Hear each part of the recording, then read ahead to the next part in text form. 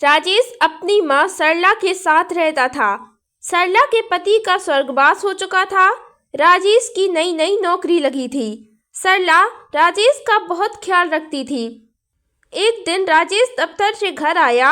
अरे राजेश, आज बहुत देर से घर आए हो, क्या बात है?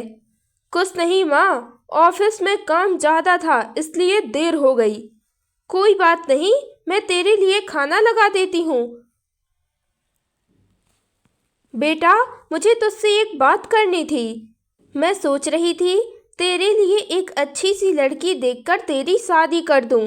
ठीक है माँ, जैसा आपको ठीक लगे। मुझे भी अच्छा नहीं लगता, आप सारा दिन काम करती रहती हो। सरला एक अच्छी सी लड़की देखकर राजेश की शादी कर देती है। शीतल को बहू के रूप में पाकर सरला बहुत खुश थी। एक दिन सरला रसोई में काम कर रही थी, तभी शीतल वहां आ जाती है। माँ जी, आप रहने दीजिए, मैं सारा काम कर लूँगी, आप जाकर आराम कीजिए। अरे बहू, तुझे आए कितने दिन हुए हैं, तू जा आराम कर, मैं सारा काम कर लूँगी। लेकिन शीतल नहीं मानी और रसोई में काम करने लगी। सरला अपने कमरे में चली गई। कुछ देर बाद सरला को लगता है जैसे सब्जी जल रही है। वह रसोई में आती है तो देखती है शीतल कुर्सी पर आंखें बंद किए बैठी थी और यहाँ सारी सब्जी जल गई।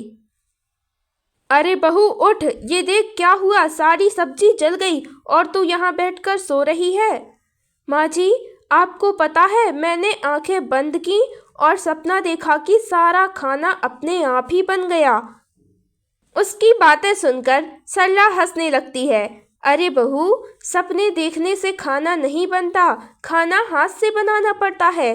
अभी तू नई नई है, तू जाकर आराम कर, मैं खाना बना दूंगी।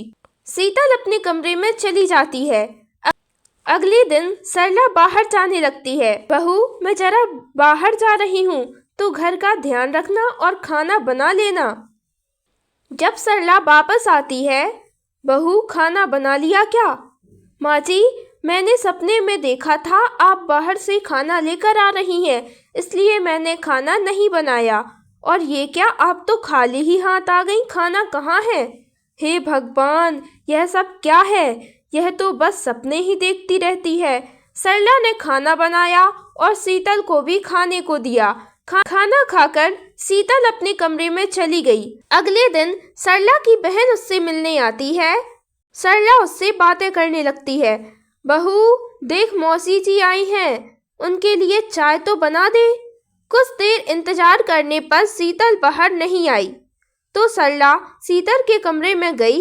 अरे बहू, मैंने कहा था चाय बनाने को, तो यहाँ आराम से पलंग पर बैठी है। माँ जी, मैं तो चाय नाश्ता बनाकर ले आई थी, मौसी जी ने मुझे आशीर्वाद भी दिया था, लगता है आप भूल गई हैं। हे भगवान, यह फिर से सपना देखने बैठ गई। अरे मैं तो वहीं से आ रही हूँ, वहाँ ना चाय है ना नाश्ता, तू सपने में चाय नाश्ता दे आई थी क्या? माँ जी, लगता है मैं सपना देख रही थी, आप बैठो, मैं अभी चाय लेकर आती हूँ। नहीं, तू रहने दे, मैं खुद ही चाय बना देती हूँ। शाम को जब राजेश घर पर आता है तो सरला उसे सारी बात बता देती है। माँ, मुझे भी यही लगता है, मैं जब भी उससे कोई काम करने को कहता हूँ तो वह अपने सपने बता देती है। बेटा, लगता है इसे सपने देखने की बीमारी है। ऐसा कर, तू इसे अच्छे डॉक्टर के पास ले जा। राजेश शीतल को डॉक्टर के पास ले जाता है। वहां से आने के बाद भी शीतल का व्यवहार नहीं बदलता। एक दिन शीतल की सहेली संजना उससे मिलने आती है। दोनों सहेलियां बातें करने लगती हैं। अच्छा शीतल, क्या हाल है? मेरी तो मौज ही मौज है, मुझे इस घर में कोई काम ही नहीं करना पड़ता। जब भी मेरे पति या मेरी सासू माँ मुझे किसी काम के लिए कहती हैं तो मैं उन्हें अपना सपना सुना देती हूँ। हार कर वे खुद ही सारा काम कर लेते हैं और मेरी सास खुद ही सारा काम कर लेती है। सरला बाहर खिड़की के पास खड़ी होकर सारी बातें सुन लेती है। वह शाम को राजेश को सारी बात बता देती है।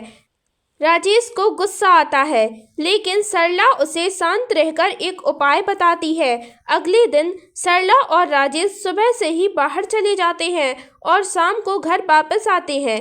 घर आकर देखते हैं शीतल भूखी बैठी थी। माँ जी, आप कहाँ चली गई थीं? मैं सुबह से भूखी थी। बहू, मैं तो सारा दिन यहीं थी। तुमने मेरे सामने खाना खाया था। लगता है सपना देखते देखते भूल गई थी। नहीं माँ जी, आज तो घर पर मैं अकेली थी। अरे शीतल, तुम खाना खाकर भूल गई हो। चलो शाम का खाना खाने हम बाहर चलते हैं। दोनों बाहर चले जाते हैं। कुछ देर बाद शीतल रोते हुए वापस आती है और सरला के पैर पकड़कर माफ़ी मांगने लगती है। तभी राजेश भी वहाँ आ जाता है। माँ जी, ये मुझे खाना खिलाने ले गए थे और रास्ते से ही वापस आ गए और कहने लगे खाना कैसा लगा। तब मुझे समझ आया कि मेरा बहाना बनाना मुझ पर ही उल्टा पड़ गया। बेटी, मैंने तेरी और संजना की सारी बातें सुन ली थी। अगर तुझे घर का काम नहीं करना तो कोई बात नहीं, लेकिन झूठ बोलना तो अच्छी बात नहीं है ना।